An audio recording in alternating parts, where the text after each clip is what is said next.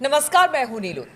तो गजा को लेकर प्लान तैयार किया जा रहा है कि गजा में हालात कैसे सुधरे। इसके लिए अमेरिका, इजराइल, हमास और बाकी जिन जिन से बातचीत करनी है सबसे बातचीत करके बीच का रास्ता निकालने की कोशिश और इस प्लान पर काम करने की बात हो रही है। लेकिन वहीं दूसरी तरफ बार बार ये कहा जा रहा है कि सब तो तैयार हैं, लेकिन जिसको तैयार होना है यानी हमास, वो मानने को तैयार नहीं है। अब तो देखिए, एक बड़ा हमला हमास ने कर दिया है। ये हमला कहां पर हुआ है, कैसे हुआ है, बातचीत करने के लिए मयंक है मेरे साथ जुड़ गए हैं। मयंक, सिर्फ बात हो रही है कि चलिए गजा में हालात ठीक हो जाएंगे, लेकिन हमास को लेकर बार बार ये कहा जा रहा है कि हमास इस समझौते के लिए राजी नहीं है। और अब तो एक बड़ा हमला हुआ है हमास की तरफ से। कहां पर यह हमला किया गया? देखिए, सीज फायर की बातचीत के बीच बड़ी खबर है। हमास की तरफ से गजा से 5 रॉकेट्स फायर किए गए हैं इजराइल पर, और ये रॉकेट्स बीती रात फायर किए गए हैं। बीती रात को ये हमला हुआ है और बताया जा रहा है कि इसमें जैसे ये रॉकेट्स फायर हुए, सबके सब इजराइल की सीमा के अंदर दाखिल हुए। उसके बाद सायरन बजने लगे और एक बार फिर इजराइल में पैनिक का माहौल था, बिल्कुल वैसा ही जैसा कि मिसाइल अटैक के दौरान हमने देखा था। ईरान से जब मिसाइल अटैक हो रहे थे उस दौरान जिस तरह के सायरन बज रहे थे, ऐसे ही सायरन एक बार फिर कल इजराइल में बजे और हमास की तरफ से ये 5 रॉकेट्स फायर किए गए। उसके बाद आयरन डोम सिस्टम एक्टिवेट हुआ और उसने इन रॉकेट्स को इंटरसेप्ट करने की कोशिश की। इसमें से कितने रॉकेट्स को आयरन डोम रोक पाया है, कितने रॉकेट्स गिरे हैं, इसको लेकर अभी कोई कंफर्मेशन नहीं है। ना ही इस बारे में अभी कोई जानकारी आई है कि इससे इजराइल को कितना नुकसान हुआ है। देखिए, हम फिर से कहेंगे, इजराइल से जो नुकसान की खबरें हैं वो 1-2 दिन बाद निकल के आती हैं, लेकिन ये बात कंफर्म की है इजराइल की आर्मी की तरफ से। ये बात कंफर्म की गई है कि 5 रॉकेट्स जो है वो बीती रात एक साथ हमास की तरफ से फायर किए गए। देखिए, लक्षित इलाका है इजराइल का, यहां पे ये रॉकेट्स फायर किए गए जो अलग अलग एरियाज में फायर किए गए थे। अब ये हमला इंपॉर्टेंट क्यों है? देखिए, ये एक बड़ा मैसेज था। एक तरफ तो जहां बात हो रही है कि सीज फायर की बात हो रही है, हमास से आर्म्स सरेंडर करवाने की बात हो रही है। कहा जा रहा है कि हमास का अब गजा में कोई रोल नहीं रहेगा, हमास को पूरी तरह से बाहर कर दिया जाएगा। इस बीच जब ट्रंप ने एक प्रकार का टाइम लिमिट दे दी है कि अगले 3 से 4 दिन के अंदर हमास को फैसला करना होगा इस डील को लेकर, जो प्रोग्राम उन्होंने रखा है, इस बातचीत के बीच में हमास की तरफ से बड़ा हमला इजराइल पे करना, ये एक मैसेज है। मैसेज है कि साहब, हम डरेंगे नहीं, हम दबेंगे नहीं। इस और तरह आपके का प्लान के साथ हम तैयारी, जैसे खबर भी लगातार निकलकर सामने आई थी कि हमास से बातचीत ही नहीं हुई है या हमास इस बातचीत के लिए तैयार ही नहीं है, उस प्लान पर रजामंदी ही नहीं है उसकी।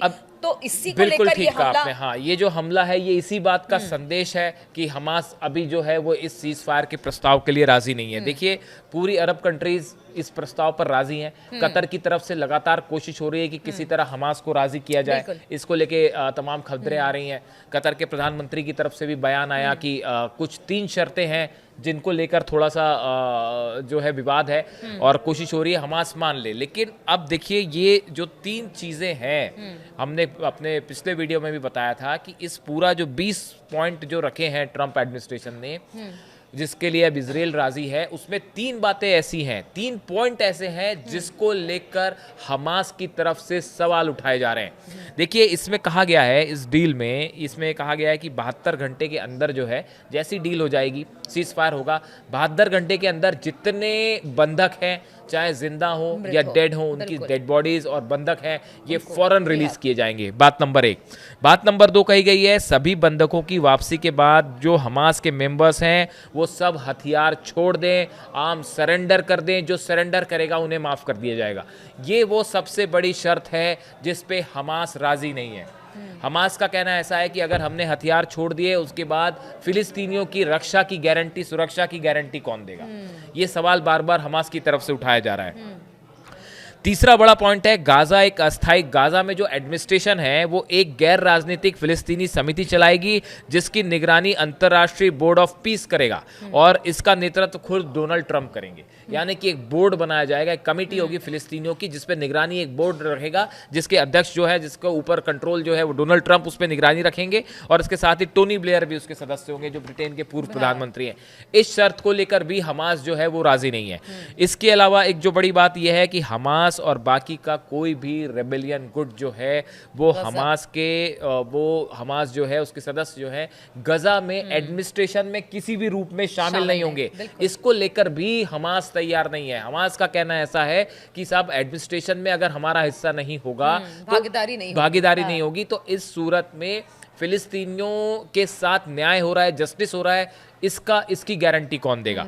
इसके अलावा एक अगली और बात है कि अमेरिका, अरब कंट्रीज, अमेरिका और कुछ और देश मिलके एक ISF अंतरराष्ट्रीय स्थिरीकरण बल यानी इंटरनेशनल स्टेबलाइजेशन फोर्स बनाएंगे। ये फोर्स गजा को कंट्रोल करेगी। इस बात को भी लेकर हमास के जो सोर्सेज बता रहे हैं, हमास इस शर्त पे भी राजी नहीं है। ये वो 4 से 5 शर्त हैं जिसको लेकर हमास ने जो है वो आपत्ति जाहिर की है, और यही वजह है कि हमास ने अभी तक इस सीज फायर को लेकर हामी नहीं भरी है।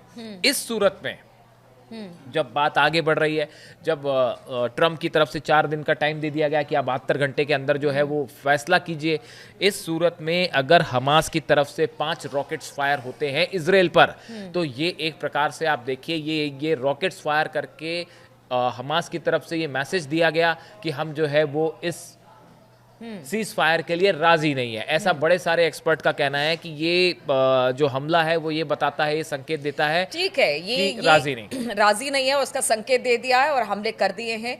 लेकिन ऐसे में इस प्लान का होगा क्या फिर, अगर हमास रेडी नहीं है? ये 3-4 बिंदु जो आपने बताए कि जो एक बॉडी बनाई जाएगी उसमें जो हमास हो गए उसके कोई रोल नहीं होगा, या फिर ट्रंप वहां पर सारी चीज़ों को मॉनिटर करेंगे। इनडायरेक्ट वे में अगर इजराइल ना सही तो अमेरिका सही, यानी इन सब चीज़ों पर अगर बात हमास की नहीं बनती है और हमास इसके लिए तैयार नहीं है, और इसकी प्रतिक्रिया देखने को भी मिली है कि उसने हमला किया है, तो ऐसे में फिर क्या इस प्लान? अब देखिए ऐसे में प्लान का क्या, अभी एक तो कल की खबर है कि 70 फिलिस्तीनियों की मौत हुई है इजराइल के हमले में। यानी एक तरफ सीज फायर की भी बात हो रही है, एक तरफ बात हो रही है कि किस तरह से गाजा में सीज फायर किया जाए, और दूसरी तरफ इसी बीच इजराइल ने हमला किया, उसमें 70 लोगों की मौत हुई। तो अब इसी का जवाब शायद हमास की तरफ से दिया गया कि उन्होंने जो है सीज फायर के बीच में रॉकेट्स फायर कर दिए। भरोसा नहीं कर रहा है, क्योंकि अगर हथियार छोड़ दिया, बंधक रिहा कर दिए, तो हमास का यही कहना है कि फिर उनको टारगेट करके मार दिया जाएगा। अब सवाल ये है कि इसमें आगे क्या होगा अगर हमास इस डील को रिजेक्ट कर देगा, तो फिर इस सूरत में क्या होगा। देखिए अभी तो एक जो खबर है वो कि अरेबियन कंट्रीज़ के बड़े सारे देश, जिसमें कतर की सबसे बड़ी भूमिका है, वो लगातार इस कोशिश में लगा हुआ है कि किसी तरह से इजराइल और हमास के बीच में एक समझौता किया जाए, किसी भी सूरत में एक समझौता हो जाए। अमेरिका के बीच में मध्यस्थता करने की कोशिश में कतर लगा हुआ है, शायद इजिप्ट की भी कोई भूमिका हो उसमें। लेकिन अभी फिलहाल अगर ये समझौता नहीं हुआ तो क्या, देखिए जैसे कि नेतन्याहू ने ट्रंप के सामने ही ये बात कही थी, और डोनाल्ड ट्रंप ने भी इस तरह के संदेश दिया था कि अगर ये समझौता नहीं होता है तो फिर इजराइल को फ्री हैंड होगा गजा में। तो इसका क्या ये मतलब निकालें कि चाहते हैं कि एक सम्मानपूर्ण समझौता हो। फिलिस्तीनियों की बात कर रही हूँ, और हमास लड़ाई इनकी हमेशा से लड़ता रहा है। गजा में जो तबाही मची, बहुत लोगों को खोया, गजा के लोगों ने अपने लोगों को खोया, या हमास के भी बहुत सारे लड़ाके मारे गए।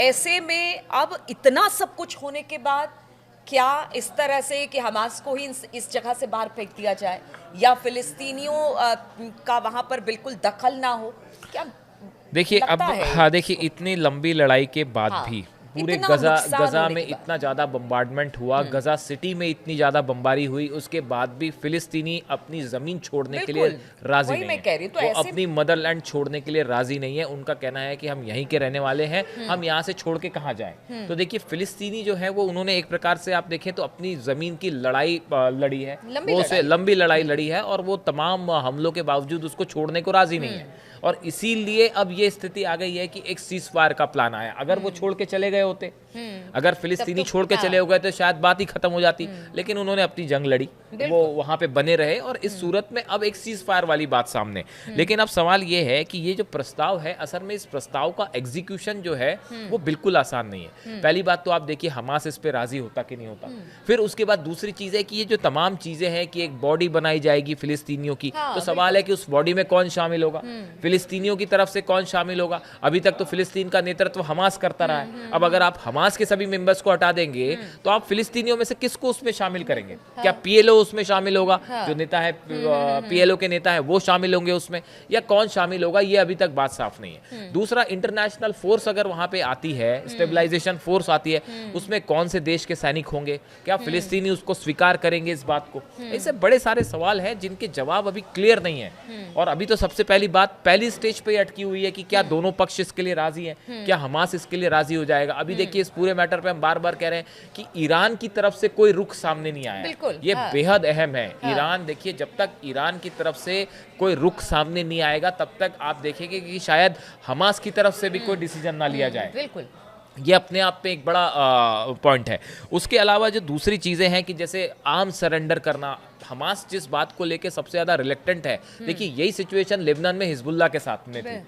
अमेरिका की तरफ से कोशिश हुई, इजराइल की तरफ से कोशिश हुई कि भाई हिजबुल्लाह अपने आर्म सरेंडर कर दे, और जैसे ही वहाँ की सरकार ने संसद में प्रस्ताव पास किया, सड़कों पर हजारों लोग जो है लेबनान की सड़कों पर उतर आए। और हमने देखा कि लारिजानी जो एडवाइजर हैं अली खामेनी साहब के, वो फौरन बेरूत पहुंचे, वहाँ पे उन्होंने मुलाकात की, कई सारे हिजबुल्लाह के नेताओं से मुलाकात हुई, और उसके बाद ये आर्म सरेंडर वाली बात पीछे हो गई। और हिजबुल्लाह आर्म्स छोड़ने के लिए राजी नहीं है। उनका कहना ऐसा है कि उसके बाद इजराइल से सुरक्षा की गारंटी कौन देगा? अब यही बात हमास भी कह रहा है, यही बात फिलिस्तीनी भी कह रहे हैं कि अगर हमने हथियार छोड़ दिए तो फिर हमारी रक्षा कौन करेगा, हमारी हिफाजत की गारंटी कौन देगा?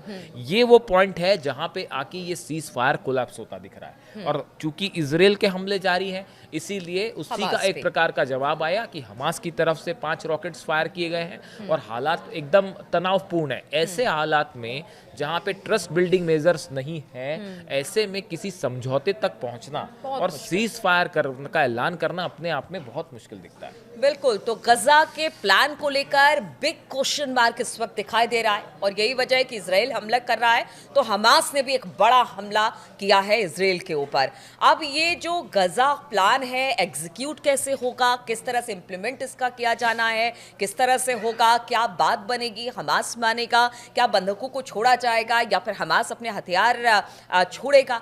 बहुत सारी बातें हैं जो कि अभी तो फिलहाल दूर की कौड़ी ही लग रही है कि ये होने वाला है, लेकिन देखना होगा, इंतजार होगा, क्योंकि गजा में शांति की मांग लगातार उठ रही है। सभी यही चाहते हैं कि जो वहाँ के लोग हैं, फिलिस्तीनी हैं, वो अमन शांति के साथ रहे, इसलिए इस प्लान पर काम किया जा रहा है। लेकिन स्थिति परिस्थिति तो अभी ऐसी नहीं लग रही है कि गजा में शांति हो पाएगी। चलिए, इस खबर के साथ हमारी जो चर्चा है वो खत्म होती है। आप अपना कमेंट जरूर दें। फिलहाल बहुत बहुत शुक्रिया हमारे साथ इस चर्चा में शामिल हुए।